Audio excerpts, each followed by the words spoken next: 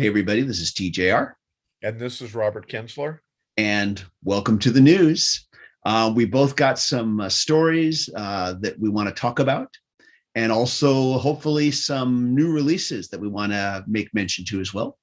Um, Robert, I'll let you start off this one. Okay, well, I'm going to start off with a quiz, if that's okay. Sure. Well, tell me, TJ, what do Eric Clapton, Jack Bruce, Peter Green, John McVie, and Mick Taylor and Walter Trout have in common? Oh boy, is this like is there going to be like cash involved here? Let's But hope so. Well, I don't know. I can't prom. I'm not going to make any promises. Okay. Well, I'm just gonna, of course, to me, the obvious thing is that, of course, as anybody watching knows, they're all musicians and they're all really great musicians. Right.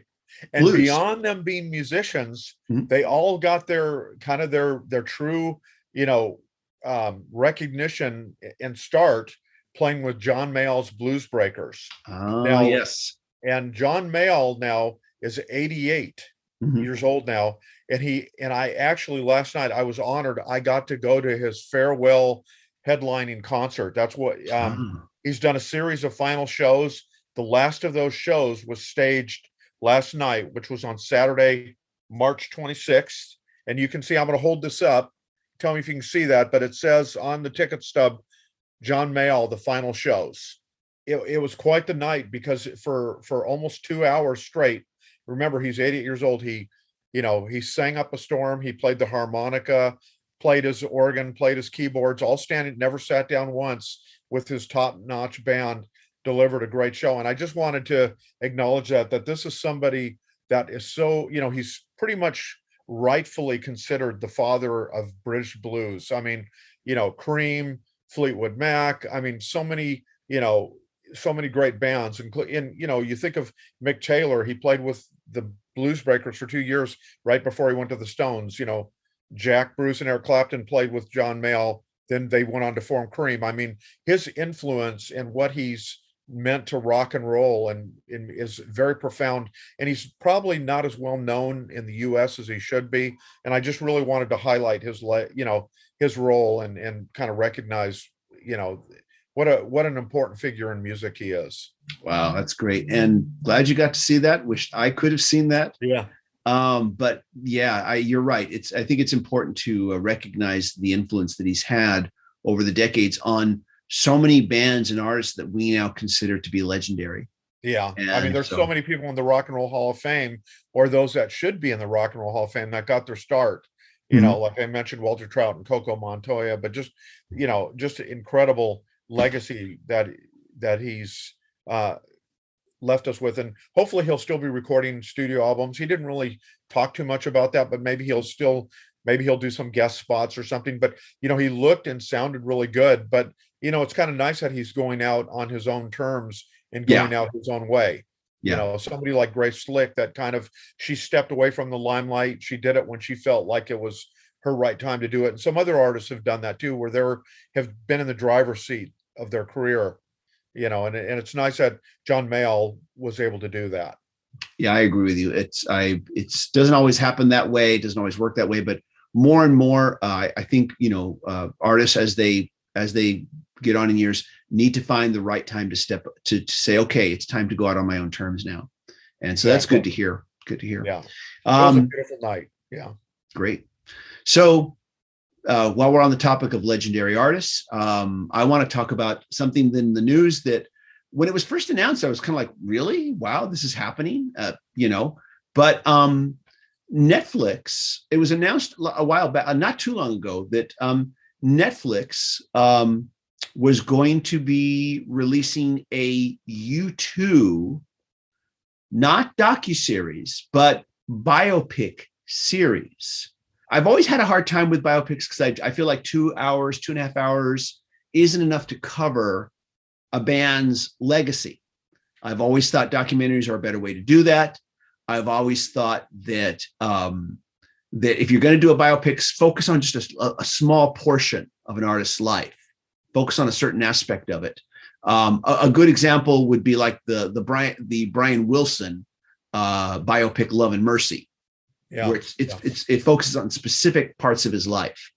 After this was announced, the Hollywood Reporter revealed that a scripted series about U2 is coming to Netflix, be it J.J. Abrams and Bohemian Rhapsody screenwriter, and hopefully I say this right, Anthony McCartan. And I'm going to read from the story here. Okay. Details of U2's involvement are being kept under wraps, reads the report. Those sources say the band hits, including With or Without You and Pride in the Name of Love, is expected to be involved and sanction the project. So since this is going to be a biopic series, I think that this opens up an avenue to do biopics, but be more historically accurate, not have to compress so much. Yeah. It's unavoidable when you have to compress things, but hopefully be more historically accurate. Rolling Stone, however, did a little piece on it that I want to read from that I think makes pretty good sense, depending on the length of how long this is going to be. Because will it be 4 episodes, 6 episodes, 8 episodes? No one knows. Everything's under wraps right now. But Rolling Stone had this to say, and I think this was a nice piece. And of course, Rolling Stone is, of course, the music publication that everybody loves to hate nowadays. But I think they were on point with this here. The smart move will be to pull a backbeat and focus on U2's early years. They started as punk-obsessed Irish teenagers who had no idea how to play their instruments or write songs. Watching them slowly learn their craft and rise through the Dublin club scene could be very compelling if done right. The series could then show their first trip to America in 1980, their near breakup around the time of 1981's October, and their decision to get political on 1983's war. The article goes on to state, it'll be very tempting to wrap things up at Live Aid in 1985, but McCartan already pulled that trick with Bohemian Rhapsody. A smarter move would be to end at Red Rocks in June 1983. U2 played a full set that night. Live Aid was just 2 songs, and it was the moment they emerged as superstars. It's very easy to imagine movie Bono waving the white flag right before the credits roll. So I thought that's a pretty good idea. But like I said, it's very much under wraps. We don't know what they're going to really cover. I would think that if Netflix is smart, I mean, they could follow this idea. And then if the series is extremely successful, have a second season where we move into stuff like the Joshua Tree and all of that. Fascinating. And I think we've talked about it in the past. We've both been fans of U2, but I did see them. I forgot my exact dates, but it was either 5 days before Red Rocks or 5 days after, where I saw them at the US Festival. And that was a concert, as we've talked about before, that it changed my life. I didn't know really much about U2 or anything. I somehow got to the festival grounds in the deserts of Southern California. I got there not long before U2 took the stage. I went through the masses of people in the 90+ degree heat. I was, saw U2 deliver an unbelievable performance in May of 1983. Just blew me out of the water. And I've seen the band since like 25 times on many tours. Got to cover them for the Register, and it was very, But yeah, they're an amazing band, and they're deserving of this kind of treatment. I think. I hope it's good. We'll see. We'll see. Everything's under wraps, and hopefully, as more details emerge, we'll talk about it. We'll be able to talk more about it. Yeah. So what else? What other stories do you want to talk about today? Well, I wanted to, while we're talking about people that want to make a difference and everything, I thought this story is kind of maybe under the radar, and I really wanted to celebrate it. Is Devo, who and I believe, and you probably can tell me, TJ, I believe they're up once again. They've been nominated to get into the Rock and Roll Hall of Fame this year in 2022. I don't know if they're going to get in or not, but on a side note, they're donating all their licensing revenue to benefit the people of Ukraine. So all the money that they would normally make in April of 2022, they're donating 100% of those revenues to go to organizations that are lending direct support to the Ukrainian people and the refugees. And as we know now, it's millions of refugees that are going to Poland and Romania and the other surrounding countries, trying to get away from the Russian invasion. And I just wanted to acknowledge, because I know many artists have been doing things for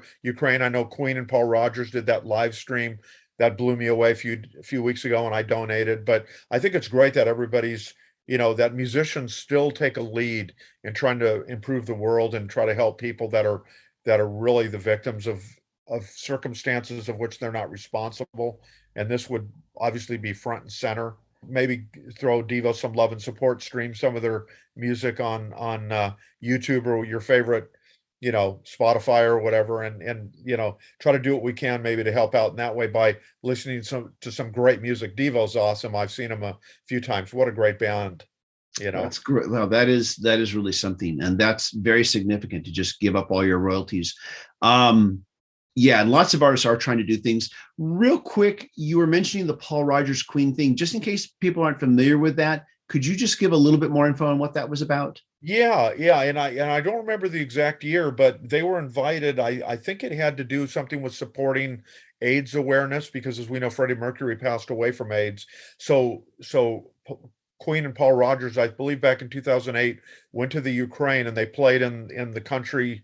In this massive place, I think it was called the Freedom Square, for more than 350,000 people. And the YouTube concert, it was, I mean, incredible.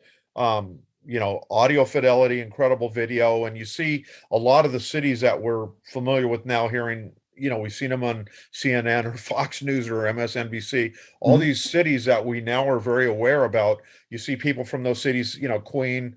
Like Kiev loves you, or this and that, and the band was just really.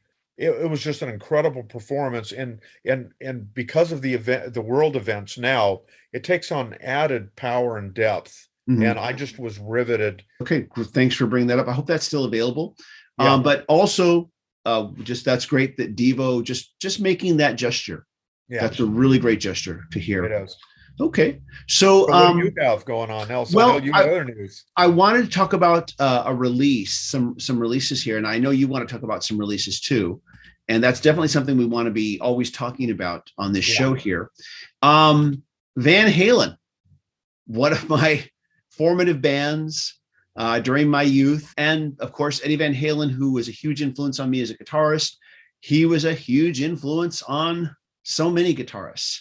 The entire Van Halen, David Lee Roth era albums, I want to specify that, just the David Lee Roth okay. era albums, are getting audio file reissues on both vinyl and SACD, which is Super Audio Compact Disc. And I know you've heard some of those Super Audio Oh Compact yeah, Discs, and yeah, you can attest to the quality of them.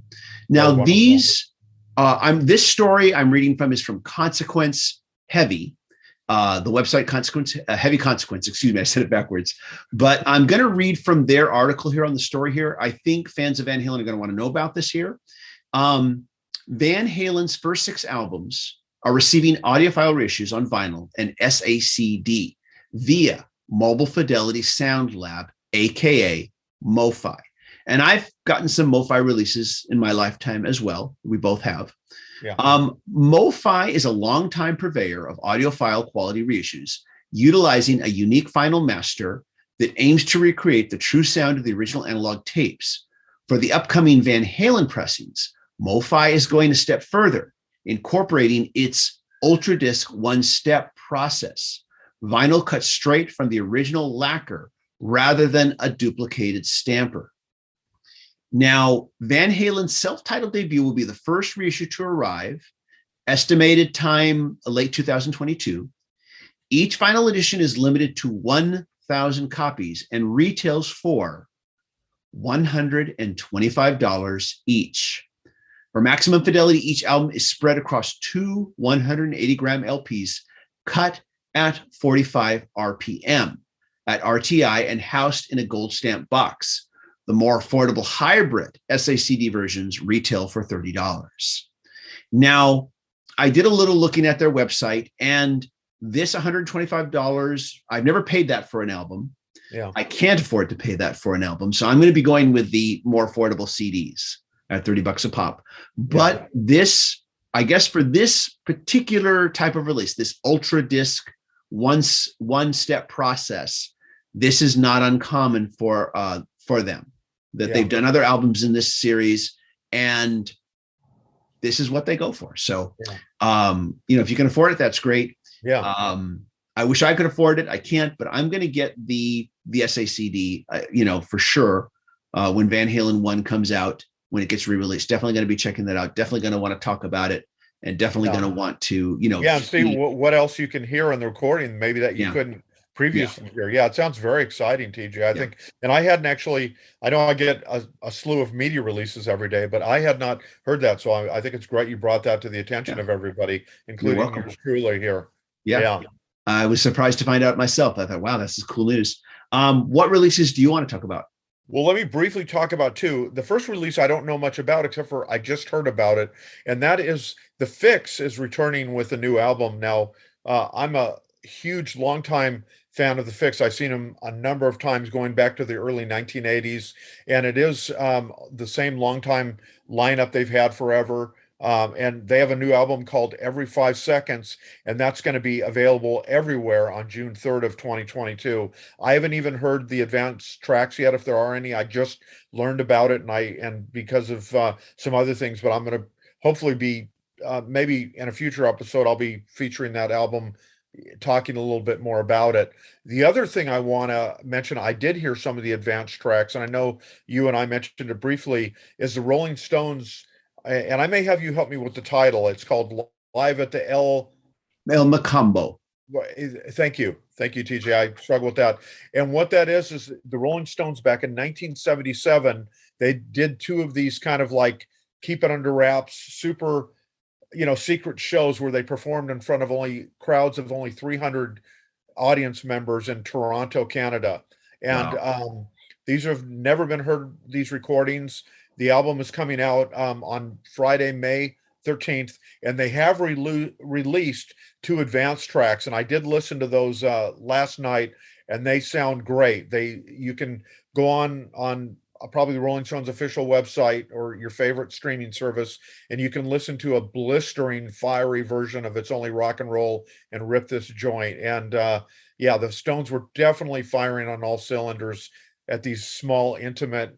I mean, it's crazy to think of the Rolling Stones playing for 300 people. I mean, even in the 70s, it was I've crazy. Seen them, I've seen them in these arenas and stadiums, for where you're with 30, 40, 50,000 of your best friends there. But this is very exciting, for Rolling Stones fans that's coming out. Like I said, not too far away. Cool. I'm going to go check out those streaming tracks, those advanced tracks, as soon as we're done with this. And I'll probably listen to them while I'm editing this. And I'm sure you will get some advanced tracks soon as well on the new album coming out by The Fix. I'm sure you'll be hearing about that soon in the weeks to come. Two great bands. Definitely keep your eyes open for that. So I guess that wraps it up for the news for this week. And everybody, let us know your thoughts on anything we've talked about today and anything else you want to just bring up to us that maybe we didn't talk about. And as always, there's more news than we could ever report in these segments. So please feel free to share whatever news you want to talk about so the rest of us can read about it too. Everybody, thank you so much for watching. And if you like this show, please click like so the YouTube algorithm recognizes us. Please recognizes us. Okay, it's a professional show. Please hit subscribe so you never miss a video, and hit the bell notification icon. And everybody, thank you so much for watching. A big shout out to the mighty, powerful patron supporters as always. If you'd like to be a patron supporter and see your name in the credits here, please go to patreon.com/TJR The Originals. Patron supporters get early access to select videos, and they receive exclusive videos available nowhere else. Everybody, thank you so much for watching. Hey, thanks everybody. We'll see you all next time. Take care. Bye-bye.